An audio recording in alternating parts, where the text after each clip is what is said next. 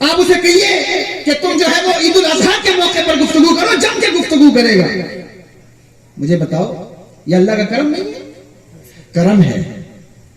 اس لیے ان علماء کی اہمیت جانو، ان کی قدر کرو۔ جب یہ موجود نہیں رہیں گے پھر اس وقت تمہیں سمجھ میں آئے گا کہ کاش کہ ہماری قوم میں علماء موجود ہوتے، لیکن ابھی تو علماء نہیں۔ اور جو عالم، ضروری نہیں کہ ہر محلے والے کو مسجد میں ہر محلے والا کہتا ہے مجھے امام مفتی اعظم ملے، ایسا تو نہیں ہو سکتا۔ ہر آدمی چاہتا ہے کہ میرے مدرسے کا مدرس جو ہے وہ جو امام شافعی ہو، ایسا تو نہیں ہو سکتا۔ تو جو تم کو میسر ہے اس کی قدر کرو، جیسا میسر ہے اس کی قدر کرو۔ عالم ہے، حافظ ہے، اس کی قدر کرو، اس کی اہمیت جانو۔ کسی اور فیلڈ میں، کسی اور مسئلے میں، کردار کے معاملے میں، اخلاق کے معاملے میں، اعتبار کے معاملے میں، فتوت میں، اپنی جو ہے معاملات میں، اس کا جو معاملہ ہے وہ اپنی جگہ ہے، لیکن بہرحال اس کا علم تمہارے لیے نفع بخش ہے، بہرحال اس کا علم تمہارے لیے جو ہے وہ بڑا کارآمد ہے۔ اس کی قدر کرو، اس کے علم سے فائدہ تو اٹھا سکتے ہو نا۔ حافظ صاحب ہیں، ہمارا حافظ صاحب جو ہے ٹھیک نہیں ہے، وہ ٹھیک نہیں ہے، ان کے سینے میں جو قرآن ہے وہ تو ٹھیک ہے۔ اور مولانا صاحب ہیں وہ ٹھیک نہیں، تو ٹھیک نہیں ہے، لیکن وہ جو 8 سال حضور کی حدیث پڑھی ہے وہ تو ٹھیک ہے۔ اس سے فائدہ حاصل کر، فائدہ تو اس سے حاصل کرنا ہے۔ ٹھیک ہے، میں نہیں کہتا کہ علماء معاذ اللہ حفاظ بد کردار ہو جائیں، کردار پر ظاہر ہے کہ ان کو زیادہ توجہ دینے کی ضرورت ہے۔ کہ عالم ہے تو اس کو چاہیے کہ وہ اپنے کردار کو چمکدار رکھے، حافظ ہے تو اسے چاہیے کہ اپنے کردار کو صاف اور ستھرا اور شفاف رکھے، یہ تو بات ہے۔ حضرت امام اعظم ابو حنیفہ رضی اللہ تعالیٰ عنہ کنویں پر تشریف لائے، علم موضوع ہے اس لیے یہ باتیں کر رہا ہوں، آپ سمجھ رہے ہیں نا؟ سمجھ رہے ہیں کہ نہیں؟ کنویں پر تشریف لائے، پھسلن تھی، مٹی تھی، ایک بچی قوم کی بیٹی نے گھڑا بھرا اور بھر کر کے چلنے لگی، تو امام تھے، آپ نے دیکھ کر کے اس سے کہا بیٹی ذرا سنبھل کر کہیں پھسل نہ جائے، تیرا پیر نہ پھسل جائے۔ اسے مسکرا کر کہا امام صاحب میں پھسلوں گی تو زیادہ زیادہ گھڑا ٹوٹے گا، لیکن اگر آپ پھسل گئے تو پوری قوم برباد ہو جائے گی۔ اللہ اکبر، یہ تو علماء کی ذمہ داری ہے کہ وہ اپنے کردار کو کتنا چمکدار رکھیں گے، کیونکہ جس وقت وہ پھسل گئے اس وقت تو پھر معاملہ کیا سے کیا ہو گیا۔ لیکن تمہیں چاہیے کہ تم علماء کی اہمیت جانو، ان کی قدر کرو، جانو گے یہ عالم کتنی اہم چیز ہے۔ حضور نے فرمایا تھا کہ علم دنیا سے اٹھ جائے گا۔ ایک صحابی رسول کھڑے ہو گئے صلی اللہ تعالی علیہ وسلم، ان کا یا رسول اللہ علم کیسے، کیف یرفع العلم، علم کیسے دنیا سے اٹھ جائے گا؟ ہم قرآن پڑھتے ہیں، اپنے بچوں کو قرآن پڑھاتے ہیں، علم کیسے دنیا سے اٹھ جائے گا؟ حضور نے فرمایا تیری ماں تجھ پر روئے، کیا یہ یہودی اور نصرانی اپنی کتاب نہیں پڑھتے؟ کہا پڑھتے ہیں، کہا پڑھتے ہیں لیکن اس پر عمل نہیں کرتے۔ یہی تو علم اٹھنے کی بات ہے کہ پڑھا جائے لیکن عمل نہ کیا جائے۔ فتوے بڑے بڑے ہیں، معاملات بڑے بڑے ہیں، تحقیق بڑی بڑی ہے، لیکن جس وقت عمل کی طرف جھانک کر دیکھو تو عمل کچھ بھی پلے نہیں ہے، تو پھر یہ علم کا اٹھنا ہی تو ہوا۔ جب علم ہے تو اس پر عمل بھی ہونا چاہیے، یہ خاص بات ہے۔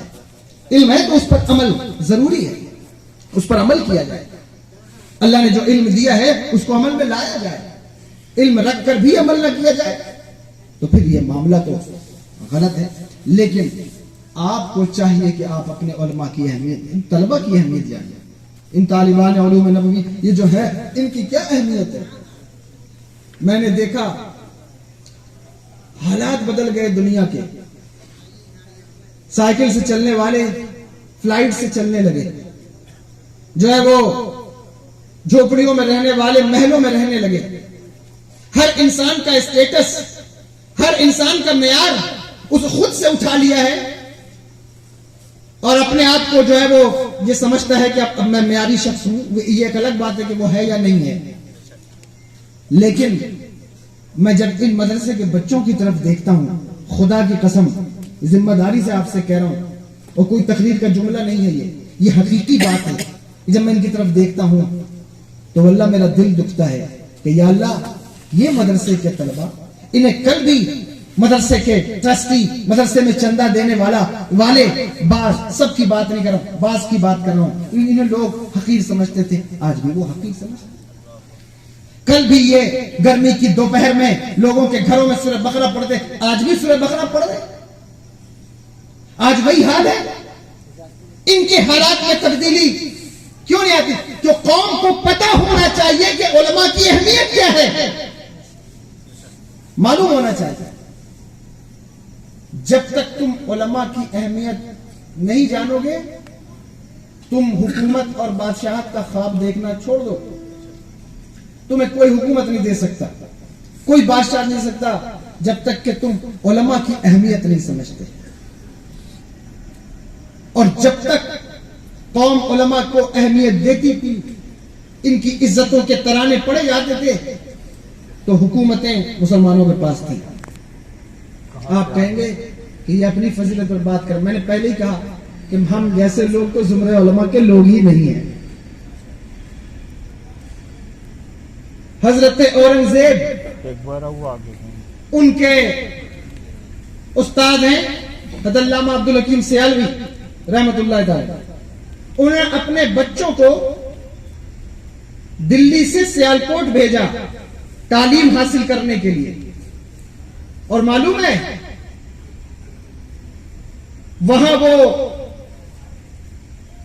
روغن بادام علامہ عبدالحکیم سیالوی رحمت اللہ تعالی علیہ کے قدموں کے نیچے بادام کا تیل، سمجھ رہے ہیں آپ، وہ رکھتے تھے ان کے پیر کے نیچے۔ جب وہ مطالعہ کرنے بیٹھتے، اورنگزیب کا حکم تھا کہ ان کے پیر کے نیچے یہ روغن بادام رکھا جائے اور اس میں ان کا تلوہ ڈوبا رہے تاکہ اس کی تراوٹ ان کے دماغ تک پہنچتی رہے۔ اور ہر ہفتے وہ تیل ایکسچینج ہوتا تھا، بدلا جاتا تھا، اور بدل کر کے وہاں سے وہ پھینکتے نہیں تھے، اس کو اٹھا کر کے دلی لاتا، اور دلی میں اس تیل سے کھانا بنتا، اور پھر وہ اورنگزیب کے شاہی دسترخوان پر لگتا، اور پھر اپنے بچوں سے کہتے میرے بیٹو اسے کھاؤ، اسے کھانے سے اللہ تمہیں علم عطا فرمائے۔ آپ سمجھتے ہیں کہ بادشاہ یوں ہی قائم تھی؟ مسلمانوں کی سرفرازی اور سربلندی 1450 سال کی تاریخ ہے، یہاں علماء بھی پیچھے بیٹھے ہیں، پوری ذمہ داری سے کہہ رہا ہوں، مجھے دکھا دو کون سا ایسا دور رہا ہے جس میں علماء کی قدر نہ کی گئی ہو اور قوم مسلم کامیاب ہو گئی ہو۔ آپ نہیں دکھا سکتے، نہیں دکھا سکتے۔ قدر کرو گے عالم کی تو کامیاب ہوگی۔ جب بھی قوم مصیبت میں، پریشانی میں، الجھن میں پھنسے گی، کیا ہے لائے ہے ہم تمہارے پاس، کیا ترتیب ہے؟ دیکھو چائے خانوں پر محفلیں لگی ہوئی ہیں، کیسے مسلمان آگے بڑھے گا، کیسے حکومت حاصل کرے؟ یہ کوئی حکومتی جلسہ نہیں ہے اور میرا کوئی انٹینشن بھی نہیں ہے، حالانکہ میں بول بھی سکتا ہوں، لیکن میرا اس وقت کوئی انٹینشن نہیں ہے، یہ پولیٹیکل کوئی بیان نہیں دے رہا ہوں میں، لیکن یہ اپنے مسلمانوں کی بات کر رہا ہوں۔ جمگھٹے لگے صاحب، کیا ہے، کیسے مسلمان آگے بڑھیں گے؟ کوئی کہتا ہے ہمارے ہاں جو ہے وہ ایک دوسرے کی ٹانگ بہت کھینچی جاتی ہے اس لیے ہم آگے نہیں بڑھ پاتے۔ کوئی کہتا ہے صاحب جو ہے وہ اصل بات یہ ہے کہ مسلمان کچھ کرنا ہی نہیں چاہتے۔ کوئی کہتا ہے صاحب ہمیں بزنس نہیں کرنے دیا جاتا، کوئی کہتا ہے ہمیں فلاں کام نہیں کرنے دیا جاتا۔ میں کہتا ہوں تم جتنا تمہیں ترکیب بنانی بنا لو، لیکن آج کے اس اسٹیج سے، چونکہ یہ مدرسے کا اجلاس ہے، میں تمہیں پیغام دے رہا ہوں، امت جب بھی کسی مصیبت میں پھنسے گی اس کے پاس علماء کی طرف رجوع کرنے کے علاوہ کوئی چارہ کار نہیں، یہی ایک چارہ، یہی چارہ، اس کا کوئی چارہ۔ اور یہ تاریخ رہی ہے، جب جب تم مصیبت میں پھنسے ہو، اگر کسی نے تمہیں بچایا ہے تو مدرسے میں پڑھنے والوں نے بچایا ہے، اگر کسی نے تمہیں بچایا ہے تو خانقاہوں سے تربیت لینے والوں نے بچایا، اگر کسی نے تمہیں بچایا ہے اللہ اکبر مصطفیٰ جان رحمت کے سچے وارثین نے بچایا۔ کون ہے وارث مصطفیٰ؟ کون ہے؟ انہوں نے بچایا ہے۔ جس وقت ہندوستان غلامی کی زنجیروں میں جکڑ گیا، بتاؤ مجھے کون ہے وہ جو تمہیں غلامی کی زنجیر سے آزاد دلانے کے لیے زبردست نہ ہو گیا. کون تھا جو برسر پیکار تھا؟ پہلا شخص مدرسے کا طالب علم ہے جسے دنیا علامہ فضل حق خیر آبادی کہتی ہے. مدرسے سے پڑھ کر نکلنے والا دلی کی کورٹ میں بیٹھ کر جج بھی ہے، فیصلہ بھی کرتا ہے، دلی کی جامع مسجد میں نماز بھی پڑھاتا ہے. اس نے فتویٰ دیا مسلمانوں تمہارے پر جہاد فرض ہے. نہیں دیا فتویٰ. انگریزوں کے خلاف فتویٰ دینے والی شخصیت کا نام لے رہا ہوں، مدرسے سے پڑھنے والا شخص ہے. اللہ اکبر. فتویٰ دیا اور جانتے ہو جو انہوں نے فتویٰ دیا، فتویٰ دے کر جب ان کو قید کر لیا گیا اور لایا گیا کورٹ کے اندر، تو اس وقت جو جج تھا وہ علامہ فضل حق خیر آبادی کا شاگرد تھا جو ان کی کورٹ میں بیٹھا ہوا تھا. وہ جج تھا. انگریزوں کی عدالت تھی. عدالت نہیں کہنا چاہیے کہ میں کورٹ کہتا ہوں. جو آج کل جملے پر بھی بڑی گرفت ہے کہ کوئی، حالانکہ مسئلہ یہ ہے کہ کوئی خطیب ہو اور جو اس کا جملہ پھسل جائے وہ ایک الگ بات ہے، لیکن خطیب ہو اور سید بھی ہو تو اس وقت جملہ پھسل جائے یہ بڑی زبردست بات ہے. اس کا صرفہ زیادہ ہوتا ہے. تو اللہ محفوظ رکھے. میں عرض یہ کر رہا ہوں کہ ان کی کورٹ کے اندر اس نے استاد کی منموہنی صورت دیکھی، دیکھ کر کہا حضور میں نہیں چاہتا کہ آپ کو پھانسی ہو، ایک کام کر دیں. کہا کیا؟ کہا یہ جو فتویٰ ہے اس پر جو دستخط ہے آپ کی، آپ کہہ دیں یہ میری دستخط نہیں ہے، یا اتنا کہہ دیں میں وہ فضل حق نہیں جس کی یہ دستخط ہے، میں آپ کو بچا لوں. کہا ہاں، اسلام میں جان بچانے کے لیے رخصت پر عمل کیا جا سکتا ہے، ہمیں اجازت ہے، ہم رخصت پر عمل کر سکتے ہیں، لیکن رخصت پر عمل کرنے والوں کی طبیعت اور ہوتی ہے، عزیمت پر عمل کرنے والوں کی طبیعت اور ہوتی ہے. میں رخصت پر عمل کر کے جان بچا سکتا ہوں، لیکن عزیمت پر عمل کر کے امت کو بچاؤں گا. عزیمت پر عمل کر کے امت کو بچاؤں گا. فتویٰ دینا آسان کام ہے. فتوے بہت دیتے لوگ. فتویٰ دینا آسان ہے، فتوے پر ٹک جانا، عمل کرنا یہ مشکل کام ہے. دیکھو ایک خاص بات کہہ رہا ہوں، فتویٰ روز آتا ہے، لیکن فتوے پر، اپنے فتوے پر خود عمل کرنا یہ مشکل کام ہے. فتویٰ آپ کو ہر جگہ ملے وہ دینے والے. کئی فتویٰ آج کل تو ایسے لوگ فتویٰ دیتے ہیں کہ جن سے آج فتوے کا مادہ پوچھ ان کو نہیں پتا، لیکن آپ کہیے فتویٰ وہ دے دیں. فتویٰ دینا آسان کام ہے، اس پر عمل کرنا مشکل کام ہے. جہاں دیکھو وہاں یہ بات شروع ہو جاتی ہے. اب تو لوگ اسٹیجوں پر بھی جو ہے عام طور پر فتویٰ دیتے ہیں، مائک پر ہی فتویٰ دیتے ہیں. ایک صاحب کھڑے ہیں، ایک صاحب بیٹھے، انہوں نے فتویٰ دے دیا. میں علماء کی بے ادبی نہیں کر رہا ہوں، میری حیثیت نہیں ہے، لیکن بات دراصل یہ ہے کہ اگر ان چیزوں پر بھی ہم نے ابھی بھی توجہ نہ کی تو نہ سدھرو گے، تو مٹ جاؤ گے ہندی مسلمانوں، تمہاری داستان تک نہ ہوگی داستانوں میں. تاج الشریعہ کا نام لینے والوں، میں آپ کی توجہ بھی چاہتا ہوں، آپ بھی غور کریں. اتنے مریدین، 200 سے زائد ملکوں کے اندر شہرت، اللہ نے وہ عروج، وہ مقام عطا فرمایا، لیکن ذرا دیکھو تو صحیح کہ مفتی کسے کہتے ہیں. جس وقت فتویٰ دیا جان قفص عنصری سے پرواز کر گئی، لیکن اپنے فتوے سے منحرف نہ ہوئے. کہا میں نے جو فتویٰ دیا اس پر قائم ہے اور قائم رہے. مفتی اعظم کی زندگی دیکھو، جو فتویٰ دیا اس پر کہا حکومت بدل جائے گی، میرا فتویٰ نہیں بدلے گا. فتویٰ بیچنے والے الگ ہیں، لیکن اللہ اکبر کبیرہ. اس وقت آپ اس بات کو سمجھ جائیں، خدا کے لیے سمجھیں، غور کریں. کہا علامہ فضل خیر آبادی نے میں فتویٰ نہیں بدلوں گا. پھر ان کے ساتھ جو کچھ ہوا وہ آپ کے سامنے ہے.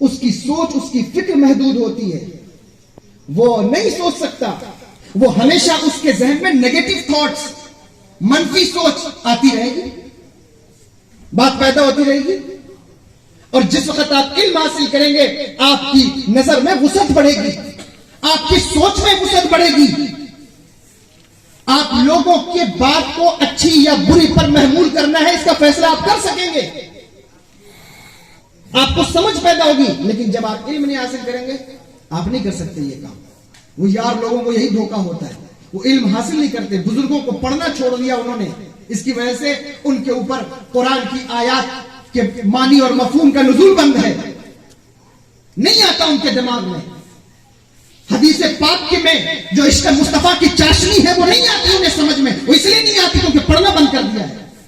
پڑھنا کس کو بند کر دیا؟ صرف نحو اور صرف کے اماموں کو پڑھنا یہ انسان کو کامیاب نہیں کرے گا. یہ بات توجہ سے یاد رکھیے گا. ہم 8 سال تک مدرسے میں نحو بھی پڑھتے صرف بھی پڑھتے ہیں, لیکن 8 سال فارغ ہوئے ہو تو اب تمہیں چاہیے کہ تم غریب نواز کی زندگی کو پڑھو. اب تمہیں چاہیے کہ حضور غوث الاعظم کی زندگی کو پڑھو. اب تمہیں چاہیے کہ شیخ شہاب الدین عمر سہروردی کی زندگی کو پڑھو. جن کے پاس علم, پڑھو حضور محبوب الہی کی زندگی کو. کیا انہوں نے علم نہیں حاصل کیا ہے؟ حاصل کیا ہے, لیکن وہ کون سا علم تھا جس کو حاصل کرنے کے بعد پورے شہر کو مسلمان بنا دیا گیا؟ وہ کون سا علم تھا جس کو حاصل کرنے کے بعد اللہ اکبر کبیرہ حضرت محبوب الہی نظام الدین اولیاء رحمت اللہ تعالی علیہ, آپ ان کی زندگی پڑھیے. بدایو شریف میں آپ کے والد گرامی کا ویسا, آپ کی والدہ نے آپ کو پڑھایا اور اتنا پڑھایا, اللہ اکبر. بدایوں کے شیخ بدایو, جس دن آپ کی دستار بندی کا دن آیا حضور محبوب الہی کی, سن رہے ہیں آپ یا نہیں؟ بند کر دوں, آپ ہاتھ اٹھا کر بتائیں, بند کر دوں؟ یہ کیا مطلب؟ نہیں بند کروں, سن رہے ہیں مطلب؟ بس یہ دو باتیں اور سن لیں, ختم کر دیتا ہوں. جس دن آپ کی دستار بندی کا دن, آپ نے شیخ بدایو نے کہا, بیٹا احمد میں چاہتا ہوں کہ اپنی ماں سے کہو کہ تمہاری دستار بندی کا دن ہے, قریب ہے, ایک صافہ دے جس ہم تمہارے سر پہ دستار باندھیں, اور بدایوں کے علماء کو ہم جمع کریں, انہیں کھانا کھلائیں. آپ نے کہا ٹھیک ہے. حضرت سیدہ بی بی زلیخا آپ کی والدہ محترمہ آپ تشریف لائے. کہا ماں میرے استاد نے کہا ہے کہ میری قدوری مکمل ہو رہی ہے, میری دستار بندی کریں گے, میرے سر پہ امامہ باندھیں گے, بدایوں کے علماء کو کھانا کھلایا جائے گا. ماں مجھے انتظام کرنا ہے. کہا بیٹا اپنے استاد سے کہو مجھے 15 دن کا ٹائم دے. ان کی ماں چرخہ کاٹتی تھی, چرخہ چلاتی تھی. کہا بیٹا میں اپنے ہاتھ سے تیری دستار بناؤں گی. چرخہ کاٹتی رہی دن میں, اور دن میں چرخہ کاٹ کر کے پیسہ جمع کرتی رہی. غربت کا عالم یہ تھا. حضرت محبوب الہی فرماتے ہیں کہ جس دن میری ماں کہتی کہ اے میں آج بیٹا محمد احمد آج ہم اللہ کے مہمان ہیں, ہم سمجھ جاتے کہ آج گھر میں کھانا نہیں بنے گا, آج گھر میں فاقے کی کیفیت ہے. یہ عالم تھا. لیکن چرخہ کاٹ کاٹ کر کے انہوں نے پیسہ جمع کیا اپنے بیٹے کی دستار بندی کے لیے. اللہ اکبر, کتنی اہمیت ہے علم کی, کتنی فضیلت ہے علم کی. اللہ اکبر. وہ دستار بندی کے لیے دن میں چرخہ کاٹ کاٹ کر انگلیوں میں چھالے پڑ گئے حضور محبوب الہی کی والدہ کی انگلیوں میں, اور پیسہ جمع کیا. رات میں چاند کی روشنی میں حضور محبوب الہی کی دستار تیار کی, اور دستار تیار کرنے کے بعد جب 15-20 دن گزر گئے تو آپ نے اپنے بیٹے کے ہاتھ پر پیسہ رکھتے ہوئے آنکھوں میں آنسو آ گئے. کہا بیٹا محمد احمد اپنے استاد سے کہنا میں نے بہت محنت کی ہے, بہت کوشش کی, لیکن میں تیرے اتنا پیسہ جمع نہ کر سکی کہ میں سارے بدایوں کے علماء کو کھانا کھلا سکوں, لیکن میں نے تیری دستار تیار کر لی ہے. اللہ اکبر کبیرہ. اتنی محنت کے بعد بھی وہ پیسہ جمع نہ ہو سکا. لوگ کہتے ہیں ہم نے اپنے بچوں کو غربت کی وجہ سے نہیں پڑھایا, ہم نے اپنے بچوں کو غریبی کی وجہ سے نہیں پڑھایا. اگر یہ پڑھنے لگے گا تو پھر ہمارے گھر کا کاروبار کون کرے گا؟ اگر یہ پڑھنے لگے گا تو ہمارے باپ کا قرضہ کون اتارے گا؟ بھائی کہتے ہیں پڑھنا بند کر دے, ماں کہتی ہے پڑھنا بند کر دے, باپ کہتا ہے پڑھنا بند کر دے. لیکن اللہ اکبر کبیرہ, مسلمانوں تم اپنے بچوں کو پڑھانے کا ذوق پیدا کرو, ذوق پیدا کرو. اور بچوں سے کہتا ہوں میرے بھائیوں خدا کے لیے, اگر ماں نے زیور بیچ کے تجھے کسی مدرسے میں داخلہ دلایا ہے, اگر ماں نے برتن مانج کر تجھے کسی مدرسے میں داخلہ دلایا ہے, اپنے ماں کی عزت کی آبرو رکھنا, اس کی لاج رکھنا. مدرسے میں مٹرگستی کر کے تعلیم کو برباد نہ کرنا, مدرسے سے نکل کر فحش اور بےہودہ اور ناکارہ کاموں کو کر کے ماں باپ کا سر سلالت سے جھکا نہ دینا. اے میرے بھائیوں, ماں کی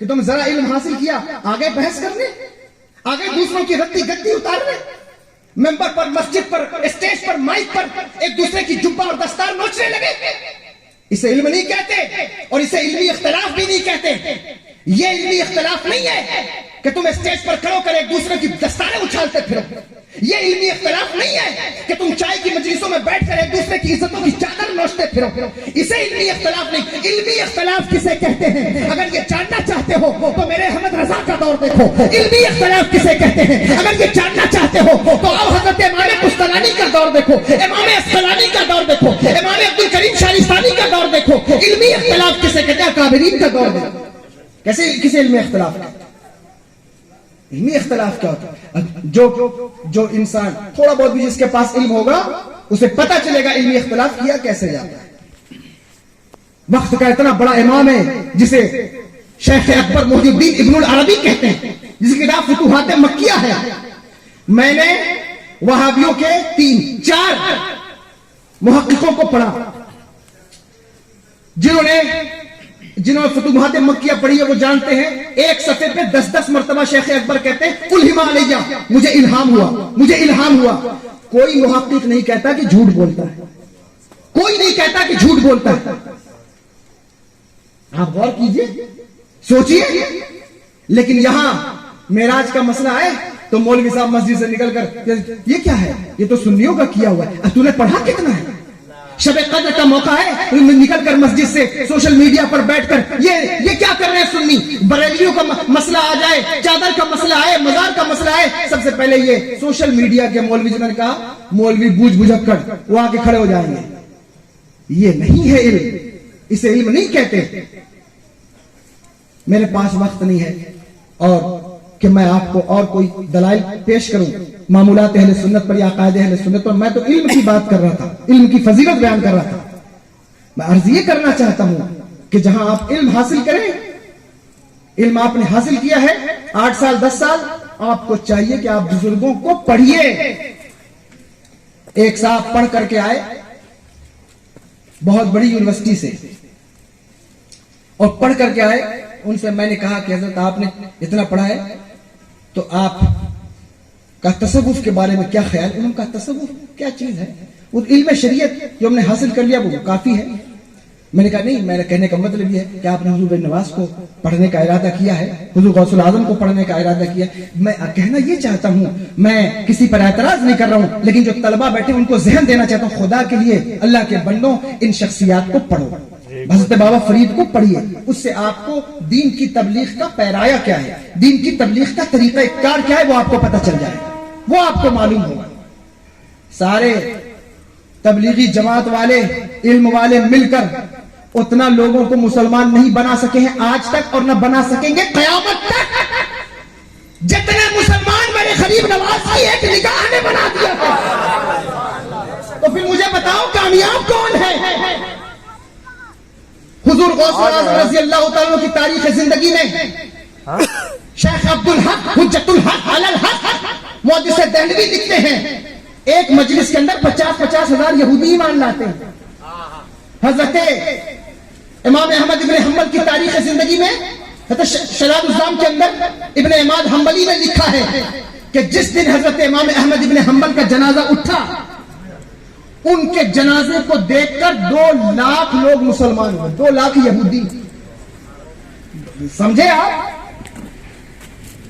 50 لاکھ مشرک ایمان لے آئے تو یہ کم ہے 2 لاکھ یہودیوں کے مقابلے میں. ایسی قوم ہے یہ, اللہ اکبر, جس کے بارے میں حضور نے فرمایا اگر تمہارے پاس صدقہ دینے کا پیسہ نہ ہو فَلْيَلْعَنِ الْيَهُودُ, ان پر لعنت بھیجو تمہارا صدقہ ادا ہو جائے.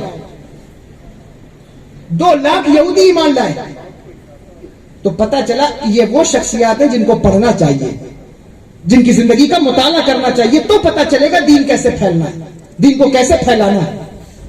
میں بات کو سمیٹ رہا ہوں, بات لمبی ہو جاتی ہے. میں عرض یہ کرنا چاہتا ہوں کہ میرے بھائیوں, ان علم حاصل کرنے کے بعد ان بزرگوں کو پڑھنا نہایت ضروری ہے. اگر آپ نہیں پڑھیں گے آپ دین کی تبلیغ کا فریضہ انجام نہیں دے سکیں گے.